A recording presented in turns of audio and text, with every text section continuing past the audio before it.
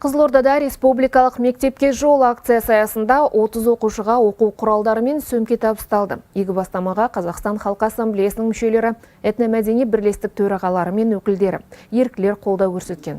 Айтулы шара қыркүйек айының соңына дейін жалғасады. Алдағы уақытта облыс орталығынан бөлек барлық аудандарда, ауылдық елді мекендерде және Байқоңыр қаласында ұйымдастыру жоспарланған. Акция барысында қоғамдық келісім мекемесінің директоры Бақытжан Қамалов пен этномәдени бірлестік жетекшілері мектеп табалдырығын алғаш аттаған бүлдіршіндерге ізгі лебізін арнады.